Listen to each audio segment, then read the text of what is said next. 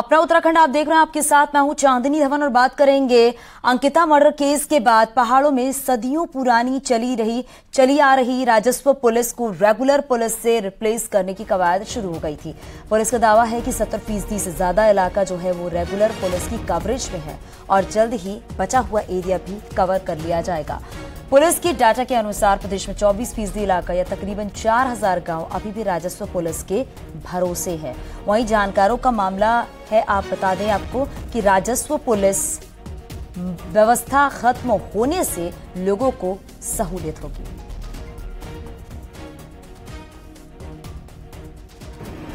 अभी हम जो अगर क्षेत्रफल के हिसाब से अगर देखेंगे तो करीब 24% एरिया अभी भी राजस्व एरिया में आता है, लेकिन अगर जनसंख्या के हिसाब से देखेंगे तो 8% के आसपास अभी भी रेवेन्यू एरिया के अंदर लोग निवास करते हैं। करीब 10 लाख के आसपास की जनसंख्या होगी उनकी और 92% पॉपुलेशन जो है अब नियमित पुलिस के अंतर्गत आ गई है। राजस्व क्षेत्र को पुलिस क्षेत्र मानने से जो स्थानीय जनता है उनका काफी फायदा होगा, क्योंकि एक तो अपराध जल्दी से घटित नहीं होंगे। अगर घटित होंगे तो पुलिस के पास तुरंत सूचना आ जाएगी।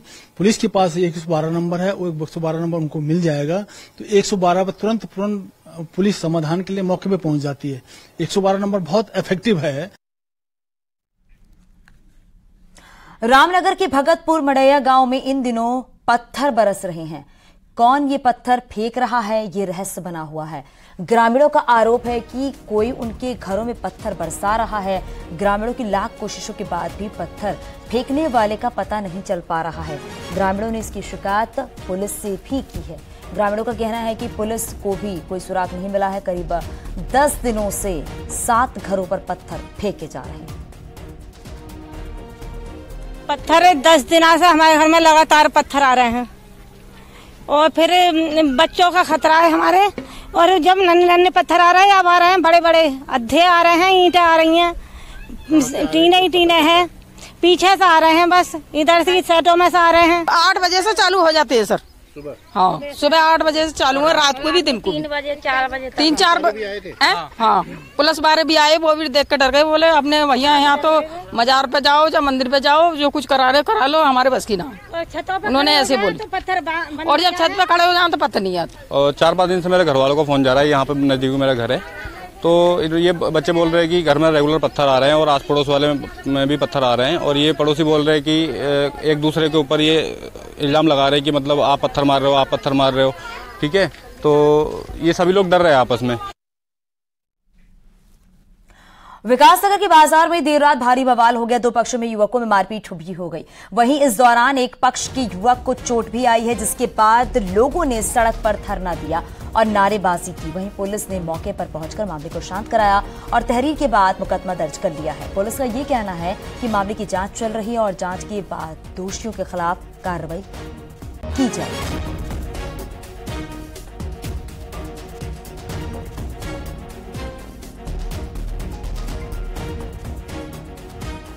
इसमें हम देखते हैं कि अगर इस तरह का माहौल खराब करने की, अगर किसी के द्वारा असामाजिक तत्वों के विरुद्ध, अगर असामाजिक तत्वों के द्वारा इस तरह की कोई ये किया गया है तो उनके विरुद्ध भी इसमें कार्रवाई की जाएगी।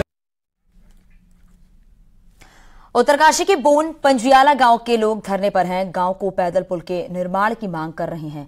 लोगों का कहना है कि पुल पिछले साल आई आपदा में पुल टूट गया था, जिसके बाद वो आज तक नहीं बन पाया है। लोगों का ये भी कहना है कि शासन प्रशासन से पुल के निर्माण को लेकर कई बार गुहार भी लगाई गई, लेकिन पुल नहीं बन सका है। वहीं लोगों का ये भी कहना है कि पुल नहीं होने से आवाजाही में भारी दिक्कतें भी हो रही हैं। सबसे ज्यादा परेशानी बरसात के दिनों में स्कूल जाने वाले बच्चों को होती है। वहीं गांव के लोगों ने जल्द मांग पूरी नहीं होने पर जिला कलेक्ट्रेट परिसर में धरना प्रदर्शन की बात कही।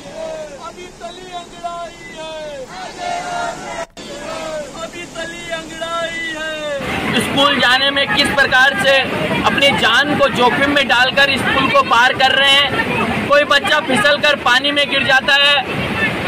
यहाँ जो अनेकों प्रकार की समस्या है, उन समस्याओं को लेके जिलाधिकारी के माध्यम से पहले भी इस बात को रख दिया गया है। स्कूल से हमें बहुत दिक्कत हो रही है, जैसे हमारा खेत भी है यहाँ और खेत जाने में दिक्कत हो रही। महिलाएं बिल्कुल चल ही नहीं पाती, यहाँ फिसल रहे हैं। यहाँ के सारा वो बिगड़ रखा है स्कूल का और किसी ने सुनवाई नहीं की और ना हमारी सुन रहे हैं। नहीं तो हम धरना प्रदर्शन नहीं करेंगे, कब बनाएंगे स्कूल को जब हमारे बच्चे कोई मर जाएंगे। यहाँ श्रीमती उर्मिला सजवान हमारे बच्चे यहाँ स्कूल में पढ़ते हैं और स्कूल 1 साल हो गया टूटा हुआ, अभी उसका निर्माण नहीं हुआ। बच्चों को बहुत दिक्कत हो रही है और टीचरों को भी बहुत दिक्कत हो रही है आने जाने में। मौसम विभाग ने एक बार फिर से उत्तराखंड में आफत की भारी बारिश का अलर्ट जारी किया है। खासकर कि प्रदेश के 3 जिले देहरादून, नैनीताल, बागेश्वर में भारी बारिश की संभावना है। वहीं 21, 22, 23 और 24 के साथ साथ 25 अगस्त को प्रदेश भर के अधिकांश जिलों में भारी से बहुत भारी बारिश का अलर्ट है, जबकि 26 अगस्त से भारी बारिश से राहत मिलने की भी उम्मीद है। इसको आप कह सकते हैं कि ज्यादातर जगहों में बारिश मिलेगी, हल्की से मध्यम, और जहां तक भारी से बहुत भारी वर्षा की बात है तो उसमें हमने अभी देहरादून, पौड़ी, इसी तरह नैनीताल, चंपावत और बागेश्वर को रखा है। और जहां तक भारी बारिश की बात है तो उसमें हरिद्वार है या फिर पिथौरागढ़ है, चमोली है या टेहरी है, इनको भी रखा गया है। इसी तरह की एक्टिविटी करीब करीब 22 को भी रहेगी, बल्कि थोड़ा बढ़ोतरी ही रहेगी 22 को। और 23 को जब आप जाते हैं तो 23 में एक्टिविटी कम हो जाएगी, लाइट मॉडरेट तक की एक्टिविटी रहेगी। एक आध दुका हैवी रेंस ठीक है मिल सकती है नैनीताल या बागेश्वर डिस्ट्रिक्ट की बात करें। 24 में लेकिन फिर से जो थंडरस्टॉर्म एक्टिविटी है थोड़ा सीवियर रहेंगी। इस बार पहाड़ में मानसून जमकर बरसा है। पहाड़ में कई जगह आपदा जैसे हालात बने हैं, जिसका सबसे बड़ा जो असर है वो पर्यटन पर पड़ा है। लेकिन कारोबारी सीजन से अब उम्मीद जो है लगाए हुए हैं।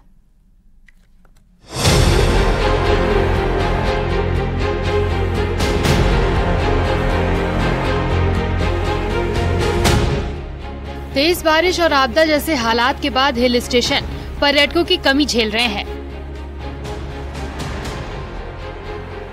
नैनीताल समेत अन्य टूरिस्ट डेस्टिनेशन वीरान पड़े हैं, तो कारोबार पर इसका सीधा असर पड़ रहा है। पर्यटकों को पहाड़ में आपदा का डर इस कदर है कि सड़कें खाली हैं और होटल वीरान। हालात ये है कि कई दिनों से होटलों के कमरे बुक नहीं हुए हैं और पर्यटन से जुड़े लोग खासा परेशान हैं और सरकार से नाराजगी जाहिर कर रहे हैं। हम चाहते थे कि सरकार हर दिन एक बुलेटिन हर जगह के लिए जारी करना चाहिए, ताकि आदमी अपडेट रहे। जो आना चाहे कम से कम उसे पता रहे कि किधर जाना सेफ है, किधर नहीं जाना है उसने। तो ये भी सरकार द्वारा नहीं किया जा रहा। दरअसल उत्तराखंड के साथ हिमाचल में पर्यटन आय का बड़ा जरिया है, लेकिन हिमाचल इस वक्त बुरे दौर से गुजर रहा है। उम्मीद इस बात की भी हो रही है कि इस बार ज्यादा टूरिस्ट नैनीताल समेत अन्य हिल स्टेशनों को मिलेंगे। हालांकि बीते पर्यटन सीजन में ज्यादा भीड़ ने यातायात मैनेजमेंट की पोल खोल दी थी। वहीं अब प्रशासन ने नए सीजन के प्लान पर काम करना शुरू कर दिया है। तो पीडब्ल्यूडी और एनएच के अधिकारियों को मैंने ये मैंडेट दिया है कि आप लोग जो जंक्शंस हैं, चौराहे हैं, जहां जाम बहुत ज़्यादा लगता है, उनके चौड़ीकरण और सुधारीकरण पर काम करें। इसी तरह का काम पीडब्ल्यूडी के द्वारा हल्द्वानी में भी टेकअप किया गया है। बहरहाल बारिश से अभी टूरिज्म इंडस्ट्री को नुकसान जरूर हुआ है, लेकिन विंटर सीजन में उम्मीद पिछले साल से ज्यादा पर्यटकों की है। न्यूज़ 18 के लिए नैनीताल से वीरेंद्र बिस्ट की रिपोर्ट।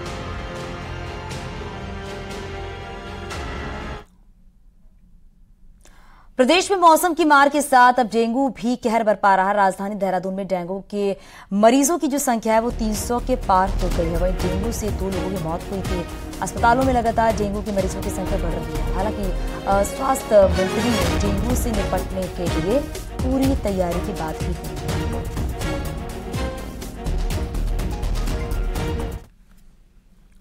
बागेश्वर उपचुनाव को जीतने के लिए बीजेपी और कांग्रेस पसीना बहा रही है। वहीं बीजेपी के प्रदेश प्रभारी दुष्यंत गौतम ने कांग्रेस पर निशाना साधा। दुष्यंत गौतम ने कहा है कि पीएम मोदी और सीएम धामी पर जनता का पूरा विश्वास है और बागेश्वर उपचुनाव बीजेपी उम्मीदवार पार्वती दास की भारी मतों से जीतेगी और कांग्रेस की जमानत जब्त हो जाएगी।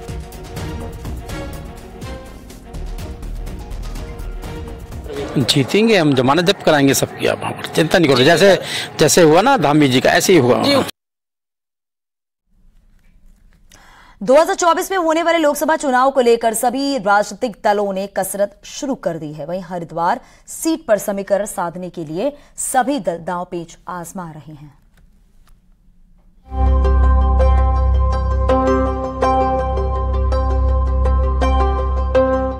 लोकसभा चुनाव के लिहाज से उत्तराखंड में सबसे ज्यादा हॉट सीट हरिद्वार को माना जा रहा है। इस सीट पर दो पूर्व मुख्यमंत्री रमेश पोखरियाल निशंक और हरीश रावत की सीधी लड़ाई देखने को मिल सकती है। वहीं दो पूर्व मुख्यमंत्री के बीच होने वाली टक्कर में अपने को उबारना बीएसपी के लिए बड़ी चुनौती होगा। दिलचस्प ये भी है कि हरिद्वार लोकसभा का समीकरण अल्पसंख्यक वोटर बना और बिगाड़ सकते हैं, जिसको साधने के लिए कांग्रेस एड़ी चोटी का जोर लगा रही है।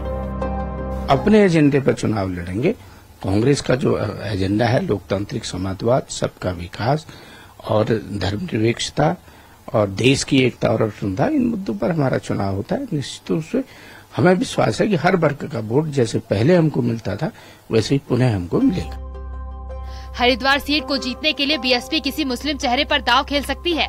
वहीं कांग्रेस के दिग्गज नेता हरीश रावत का हरिद्वार लोकसभा सीट पर अपना अलग जलवा है। वहीं बीएसपी भी समीकरण साधने में लगी है। बहुजन समाज पार्टी लोकसभा सीट हरिद्वार जीतेगी। हरिद्वार में प्रत्याशी बहुजन समाज पार्टी के बाद बहुत प्रत्याशी हैं, काफी लोग हमारे संपर्क में हैं।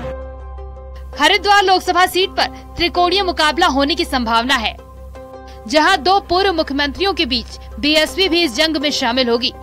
देहरादून से न्यूज 18 के लिए विशाल गर्ग की रिपोर्ट।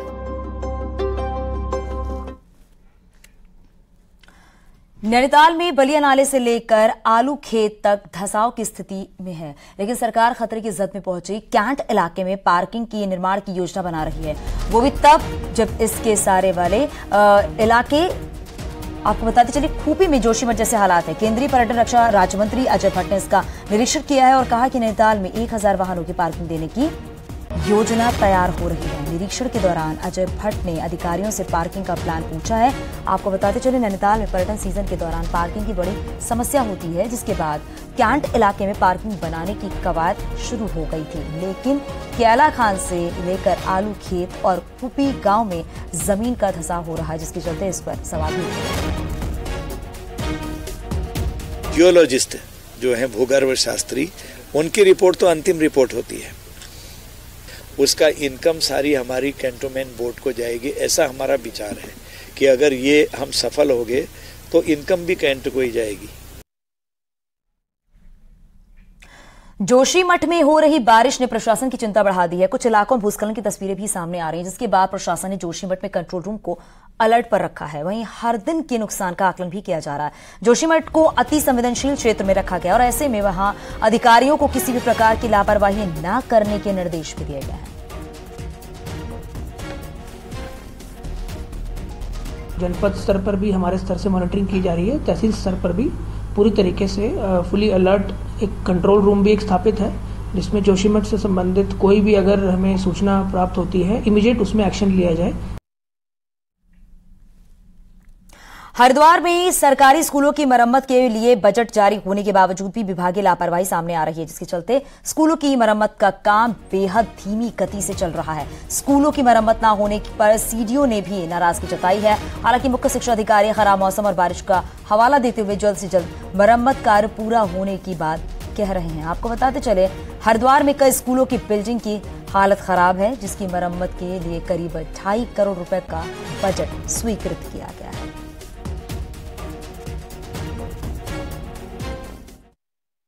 इस बीच में चूंकि अतिवृष्टि के कारण बहुत सारे स्कूलों में हल्का फुल्का डैमेज हुआ है। अच्छी बात यह है कि हमारे ज़िले में अभी तक कोई ऐसी सूचना नहीं है कि पूरा विद्यालय कहीं पर ध्वस्त हुआ हो या क्षतिग्रस्त हुआ हो। तो उनके हमने प्रस्ताव भी मांग लिए हैं, जहां पर छोटी मोटी मरम्मत की ज़रूरत है या कुछ किया है।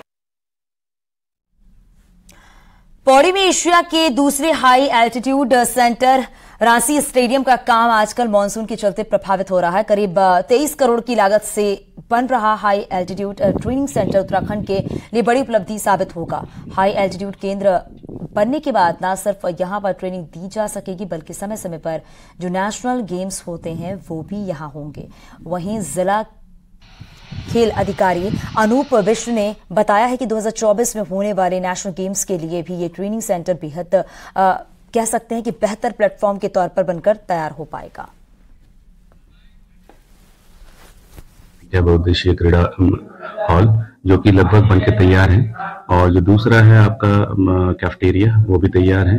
बाकी तीसरा है 32 बेडेड हॉस्टल जो लगभग पूरा हो चुका है, केवल उसमें जिम वर्क होना है। वो अभी उसके इक्विपमेंट से 1-2 दिन में आ जाएंगे तो जिम लग जाएगा।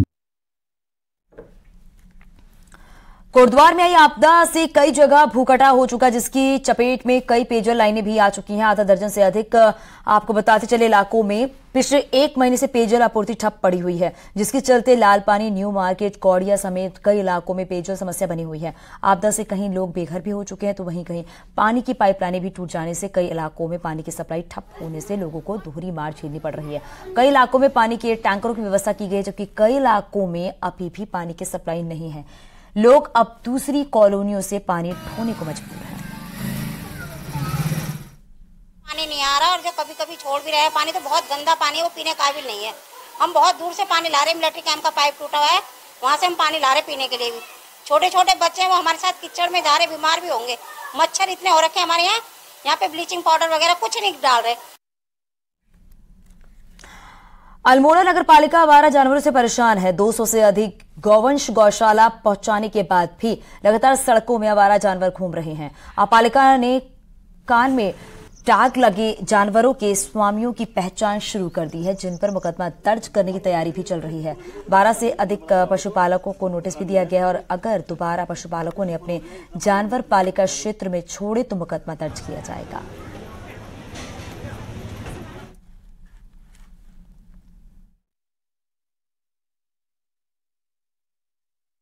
विभिन्न स्थलों पर ऐसे पशुओं को चिन्हित किया गया है जिनके कानों में ईयर टैग लगे हैं पशुपालन विभाग के। उन टैग्स के माध्यम से पशुपालन विभाग द्वारा संबंधित पशुपालकों की पहचान की गई है। पालिका द्वारा ऐसे पशुपालकों के विरुद्ध गौवंश पशु संरक्षण नियमावली के प्रावधानों के अंतर्गत चालानी कार्रवाई की जा रही है। पाकिस्तान के मुल्तान शहर से आए श्रद्धालु ने हरिद्वार पहुंचकर धूमधाम के साथ मुल्तान जोत महोत्सव मनाया है। बड़ी संख्या में मुल्तान समाज के लोगों ने हर की पैड़ी पर मां गंगा के साथ दूध की होली खेली और गंगा पूजन के साथ हवन पूजन भी किया है। आपको बताते चले, अखिल भारतीय मुल्तान युवा संगठन से जुड़े लोग आजादी से पहले साल 1913 से पाकिस्तान के मुल्तान शहर से मुल्तान जोत को हरिद्वार लाते आ रहे हैं, और इस बार 113वां मुल्तान जोत महोत्सव मनाया गया है। सुबह सवेरे धूमधाम के साथ हर की पैड़ी पर मां गंगा के साथ दूध की होली खेली गई है। संगठन से जुड़े लोगों ने बताया कि मां गंगा से सनातन धर्म की रक्षा, आपसी भाईचारे को बनाए रखने की विश्व शांति की कामना लेकर ही मुल्तान जोत महोत्सव मनाया जाता है। कमल के फूल अपने परिवार के साथ सबसे प्रवाहित कराया है और मां गंगा से दूध की होली खेली है, और ऐसा महसूस होता है कि ये कार्य हम हर साल करें, और एक इंतजार होता है इस दिन का कि कब वो दिन आएगा। और भगवान ने हमारी आज मनोकामना पूर्ण की कि हम सब लोग एक बार फिर से इकट्ठे हुए हैं। हिंदू समाज की संगठन करने के लिए ये जोत को प्रवाहित की थी। जोत का महोत्सव हमारा एक फैमिली महोत्सव है, और पूरा साल हम इसकी बहुत दिल से इंतजार करते हैं कि कब ये महोत्सव आएगा और कब हम लोग मिलेंगे और कब गंगा मैया के हमारे दर्शन होंगे। और इतना एंजॉय करते हैं हम लोग, इसमें हम अपने बच्चों को भी साथ जोड़ रहे हैं ताकि उनको भी संस्कार मिले। हमारे पूर्वजों ने जो किया हमारे बच्चे भी आगे कर सके, इस संस्था को आगे बढ़ा सके। उत्तरकाशी के थराली में कल्प केदार मंदिर पूरे हिमालय में शिव का पहला मंदिर कहा जाता है। प्राचीन कल्प केदार मंदिर का कन्वेंशन केदारनाथ मंदिर से भी है। हालांकि गंगोत्री धाम के यात्रा मार्ग पर होने के बाद भी यह मंदिर आज भी अपनी पहचान के लिए जूझ रहा है।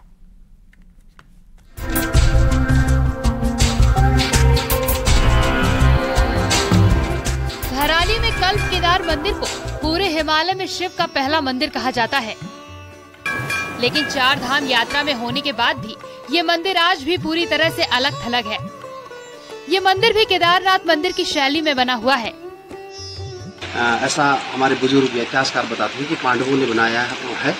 पांडवों पे जब पितृदोष जब लगा था तो आपने सुना होगा कि पांडव लोग पहाड़ों की ओर आए, कैलाश की तरफ आए, तो जगह जगह उन्होंने यहाँ एक कल्प केदार में थराली नामक स्थान पे कल्प केदार मंदिर की स्थापना।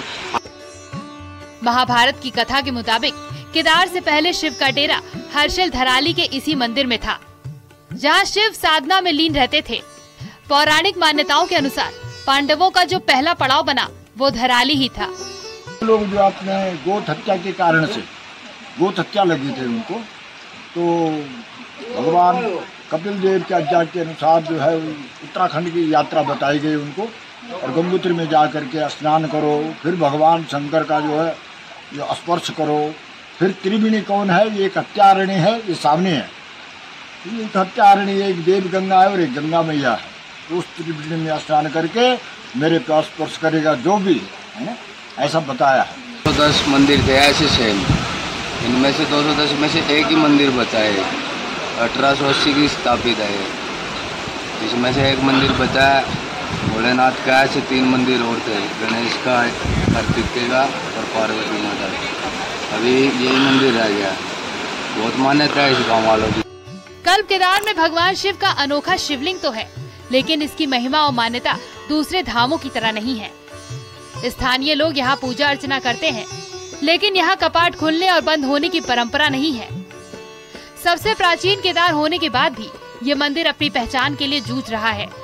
हालांकि वाइब्रेंट विलेज योजना से ग्रामीणों को कल्प केदार के कायाकल्प की उम्मीद जगी है। न्यूज़ 18 के लिए उत्तरकाशी से बलबीर परमार की रिपोर्ट।